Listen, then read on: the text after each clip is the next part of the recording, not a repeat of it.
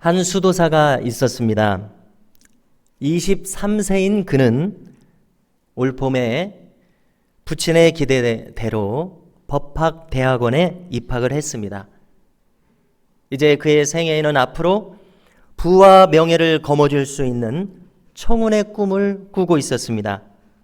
부친은 이미 혼처까지 마련해 놨습니다. 그런데 그가 그 혼처와 선을 보고 돌아오다가 소나기를 만났습니다. 오는 도중에 자기의 바로 옆에 번개가 내리칩니다. 죽을 뻔했습니다. 그는 두려웠습니다. 그래서 그 자리에서 수도사가 되겠다고 서원을 했습니다. 그렇잖아도 얼마 전부터 그의 마음에는 이 중년의 법률가들이 대화를 나누는 것을 보았는데, 그들이 거드름을 피면서 재물을 탐하는 대화를 들을 때에 참 이 법률가가 되는 것이 나이가 들어서 나도 저렇게 저질스러운 인간으로 전락하면 어떻게 하나 이런 회의감이 들었던 차였습니다. 그리고 또 며칠 전에는 저 시내의 유명한 변호사가 갑자기 사망을 했을 때 생각했습니다. 나도 나중에 저렇게 성공한 다음에는 허망하게 늙어서 죽고 말겠지. 사실 이 청년은 2년 전에도 죽을 뻔했습니다. 멀리 집을 떠나서 다른 도시에서 유학을 하면서 이제 겨울 학기를 마치고 집에 돌아가다가 호신용 단도에 그만 자기의 허벅지를 찌르게 되는 사고가 나서 동맥을 건드렸기 때문에 그렇습니다. 인간이 죽은 다음에는 하나님의 심판이 있습니다. 과연 이 청년은 자신이 저 의로우신 하나님의 공의롭기 그지없으신 그 심판을 견뎌낼 수 있을 것인가, 심각한 절망과 고민에 빠졌습니다. 자신이 죽은 뒤에 찾아오는 이 심판을 견뎌낼 수 있는 확실한 구원의 길이 필요했습니다. 그래서 그는 그것을 간절히 찾았습니다. 중세시대의 수도원이란 인간이 구원을 받을 수 있는 확실한 길을 알려주는 곳이었습니다.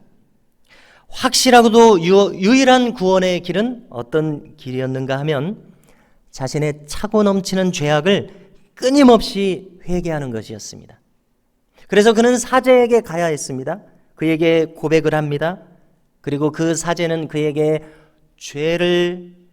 죄값을 치를 수 있는 방법을 알려줘서 그 죄값을 치르도록 도와줍니다. 그 내용은 계속해서 회개 기도하는 것입니다. 때로는 금식을 부여받습니다. 필요하면 고행을 합니다. 또 선행을 베풉니다. 이것을 보속이라고 합니다. 속함을 받기 위해서 무엇인가를 갚는다는 뜻입니다. 죄값을 치르는 것입니다. 한마디로 공의로우신 하나님의 진노하심을 풀어드려야 하기 때문에 그렇습니다. 그는 광적으로 고해성사를 했다고 기록합니다. 왜 그러냐면 하나님의 진노가 누그러뜨려졌다는 그런 확신이 전혀 들지 않기 때문에 그랬습니다. 이 사람은 훗날에 기록합니다. 저는 누구보다도 가장 철저한 수도사였습니다. 저는 수도원의 모든 규칙을 흠없이 다 지켰습니다. 그렇지만 하나님의 진노와 심판의 무거운 짐을 벗어날 수가 없었습니다.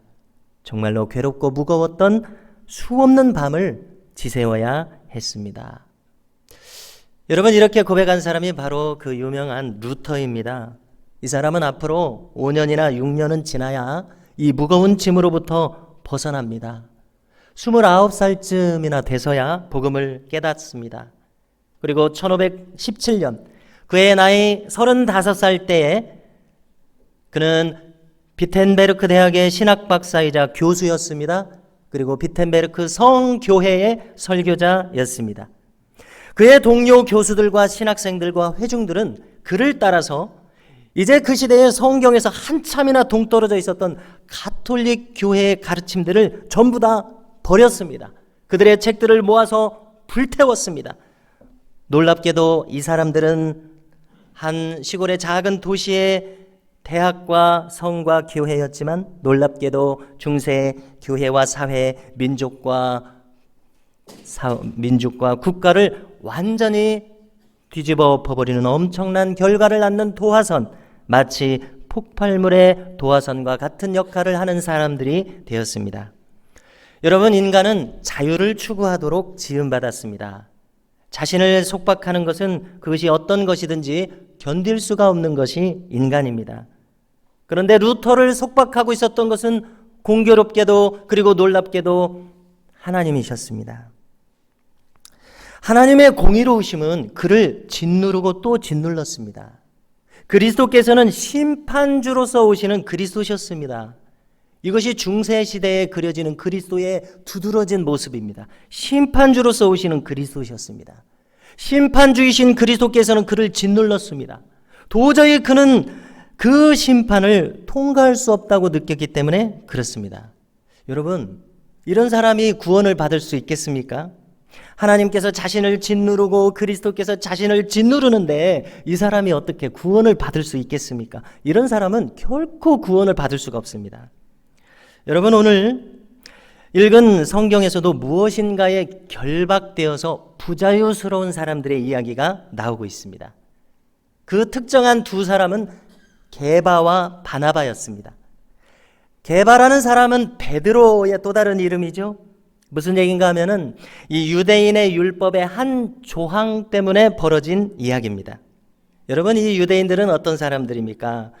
모세 시대로부터 그들은 배우기를 이방인들을 멀리해라. 이방인들과 교제하지 마라. 이방인들하고 통혼, 결혼하지 마라. 이렇게 가르침을 받는 사람들입니다. 왜 그렇습니까? 그들이 이방인들의 종교에 물들어서 그들의 우상 숭배에 그들이 젖어들어서 참된 하나님 신앙을 버릴까 봐 모세의 율법을 통해서 그렇게 경고를 하신 것입니다. 그들은 이제 가나안 땅에 들어가서 자기 자식들을 이방인들하고 혼인시켜서는 안 됩니다. 아예 교제를 해서는 안 됩니다. 가나안의 7 족속은 진멸할 대상이지 봐주고 어떻게 어울릴 대상이 아니었습니다. 가나안의 정복은 마치 노아 시대에 홍수로 심판하셨던 것처럼 그 7 족속의 입장에서는 하나님으로부터 심판을 받는 전쟁이 지금 치루어지는 것이었습니다. 자, 그래서 이 이방인들에 대한 문제에 대해서 바리새인들은 그들이 잘하는 것 있지 않습니까? 그것은 율법의 세부 조항을 만드는 것이었습니다. 그들이 만든 조항 중에 하나가 바로 이 유대인들이 이방인들하고 함께 어울려서 식사를 하면 안 됩니다. 그래서 예수님도 수로보니게 여인의 이야기를 아시지 않습니까? 수로보니게라고 하는 것은 수리아 페니키아를 합친 말입니다. 이 페니키아, 오늘날의 레바논, 이 이방인 여인입니다. 그 이방인 여인이 와서 자기 딸이 귀신 들렸기 때문에 저희 딸을 고쳐주십시오 하고 간곡히 요청했습니다. 그랬더니 예수님께서 이런 제하에 거절하지 않으셨습니까? 나는 이방인에게로 보냄을 받지 아니하였노라. 이런 제하에 거절하신 이유가 바로 이 이방인에 대한 조항 때문에 그랬습니다. 그렇지만 우리가 아시는 대로 그것은 이 가나안 여인이 정말로 간절한 마음인지 진실로 이것을 원하는지 정말 그가 믿음에 있는지를 한번 떠보시기 위해서 하신 말씀인 것을 우리는 잘 알고 있습니다. 그런데 오늘 바울이 지금 거론하는 것은 바로 이 이방인과 교제하는 문제 때문에 벌어진 일입니다. 오늘 성경을 보니까 베드로가 한 번은 오늘 나오는 도시는 이 터키 남부의 중심적인 도시 수리아의 안디옥이라고 하는 곳에 왔습니다. 여기는 이제 헬라 지역입니다. 몇몇 유대인들을 제외하고는 전부 다 이방인들입니다. 이방인들, 즉 이 헬라인들의 교회이기 때문에 이 문제가 생겼습니다.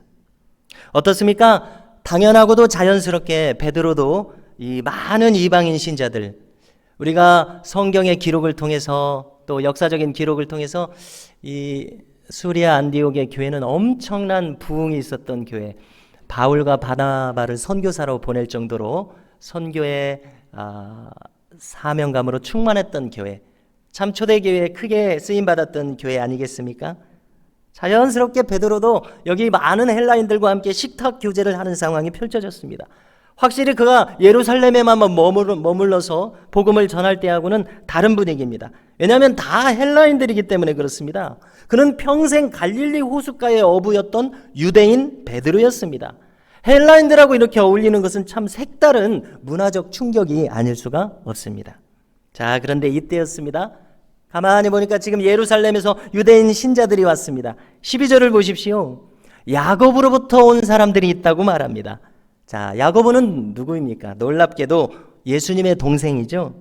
그 당시 초대교회 예루살렘 교회 지도자 야고보는 주님의 제자 야고보가 아니라 예수님의 동생 야고보입니다. 자, 이 야고보로부터 안디옥 교회에 방문하라고 보냄받은 일단의 유대인 신자들이 이제 막 들어오고 있었던 것입니다. 학자들은 예루살렘 교회가 폭발적으로 커졌다고 이렇게들 말합니다. 추정컨대 어쩌면 최초의 초대형 교회가 바로 이 예루살렘 교회였을 것입니다. 가히 수만 명의 신자들이 있었을 것으로 추정합니다.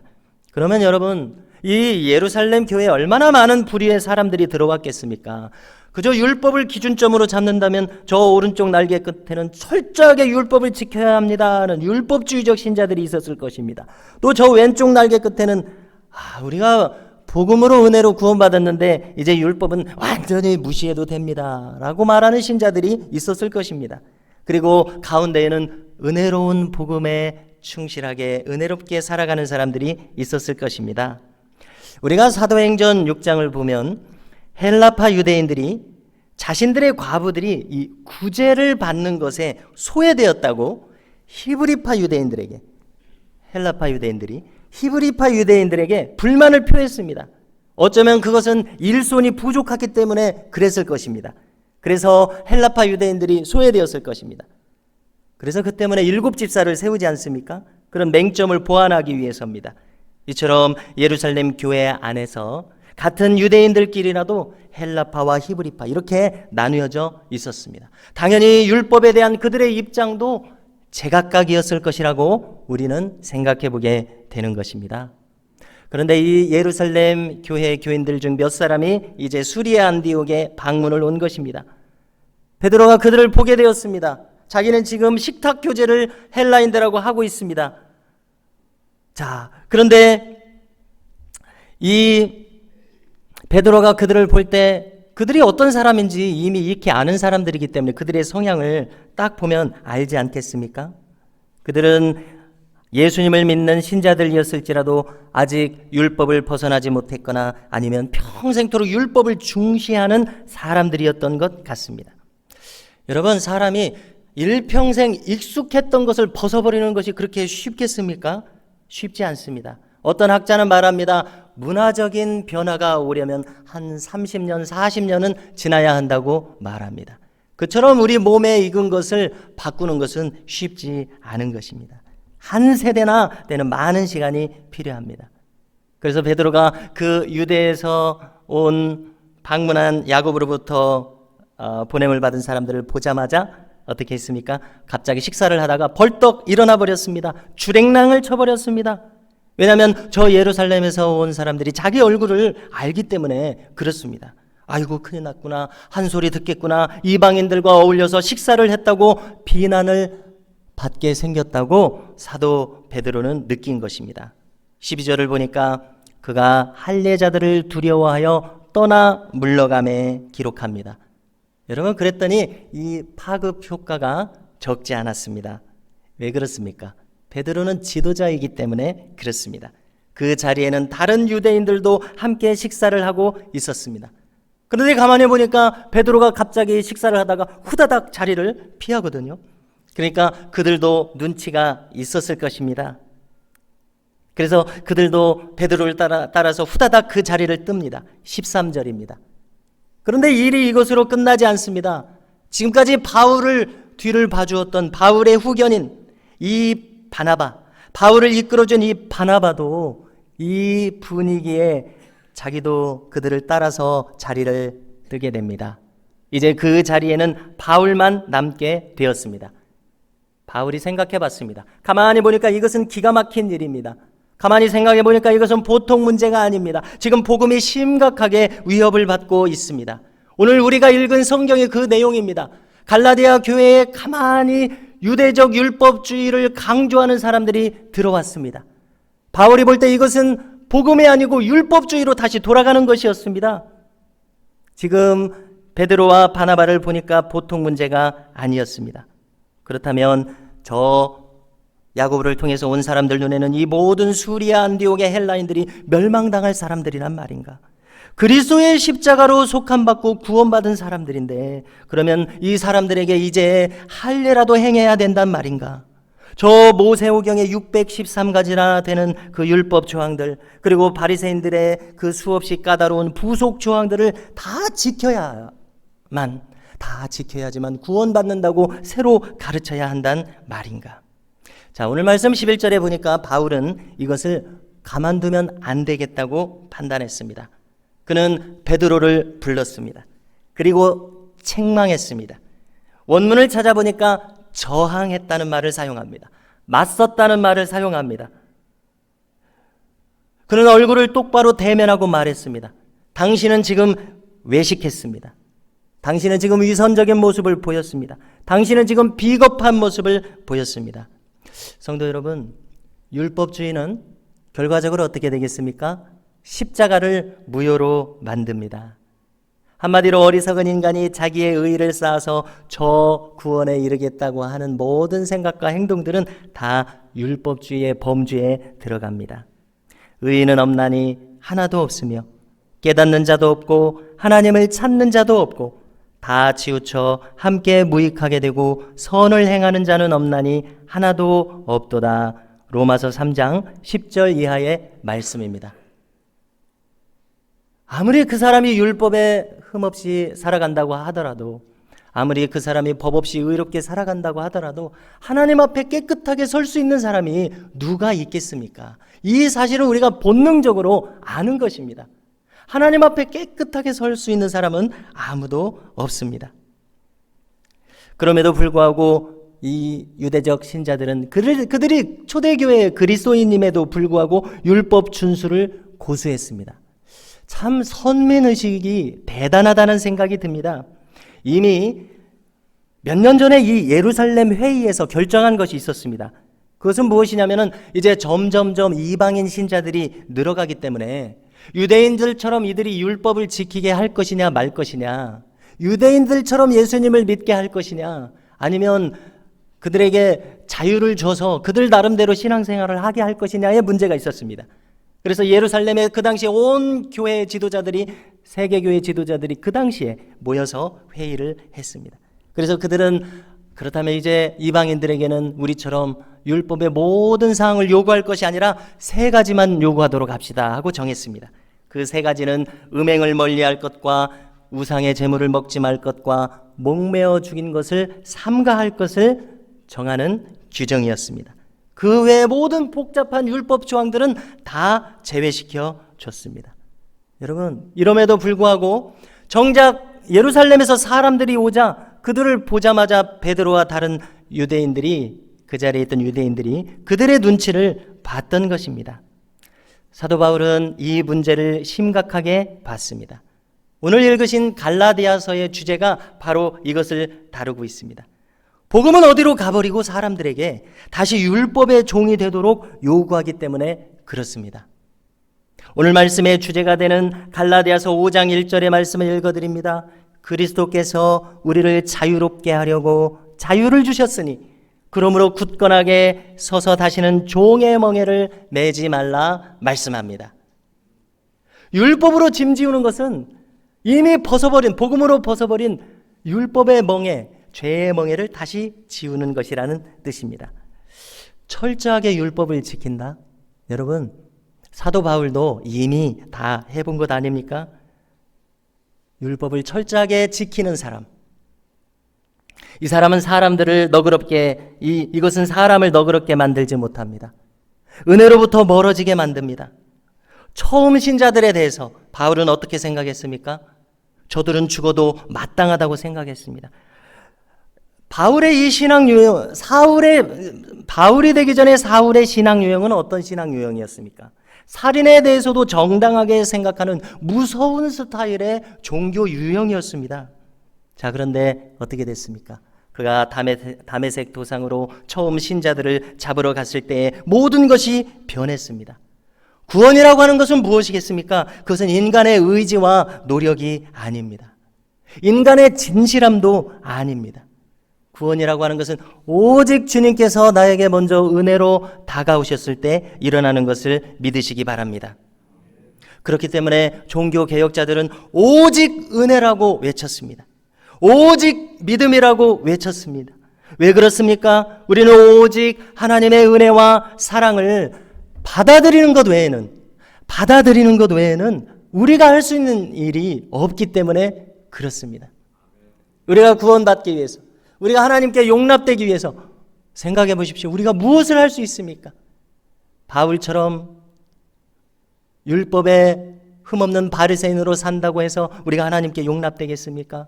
수도사 루터처럼 그 어떤 수도사보다도 더 깊은 고행과 회개와 보속의 삶을 살지라도 하나님으로부터 우리가 용납되겠습니까?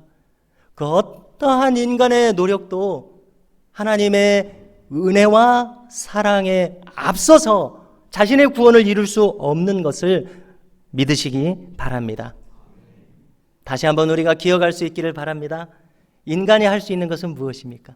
인간이 할 수 있는 것은 오직 다메섹 도상에서 주님께서 먼저 바울에게 나타나셔서 그를 사랑하여 주셨던 것처럼, 그에게 은혜를 부어주셨던 것처럼, 그리고 그가 그것을 받아들였을 때 그가 바울이 되고 새로워진 사람이 되었던 것처럼 인간이 할 수 있는 것은 오직 하나님의 은혜와 사랑을 받아들이는 것뿐임을 믿으시기 바랍니다.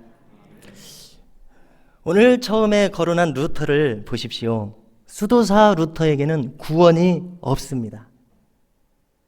그의 모든 고행은 그에게 괴로움만을 더할 뿐입니다.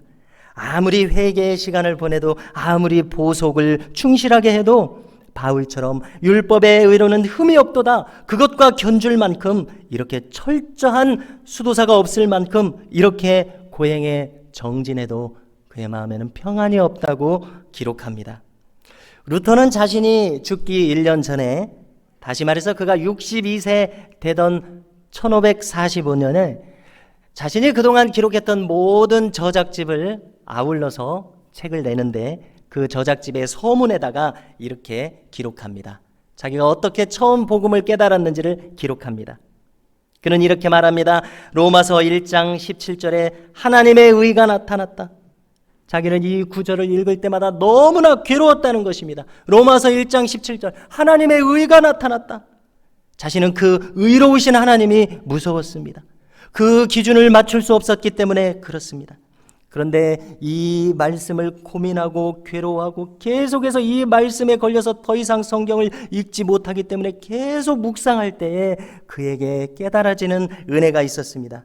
그것은 무엇이냐면 복음에는 하나님의 의가 나타나서, 하나님의 의가 나타난 앞에 복음이 있었던 것입니다.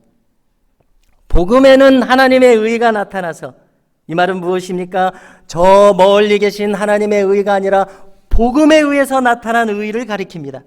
그리고 그 다음 구절이 무엇입니까? 오직 의인은 믿음으로 말미암아 살리라 라는 말씀이 새롭게 자기에게 다가온 것입니다. 즉 하나님의 의라고 하는 것은 저 멀리 계신 하나님의 의가 아니라 복음에 의해서 나에게 주신 의라는 것을 깨닫게 되었습니다. 오직 의인은 믿음으로 말미암아 살리라.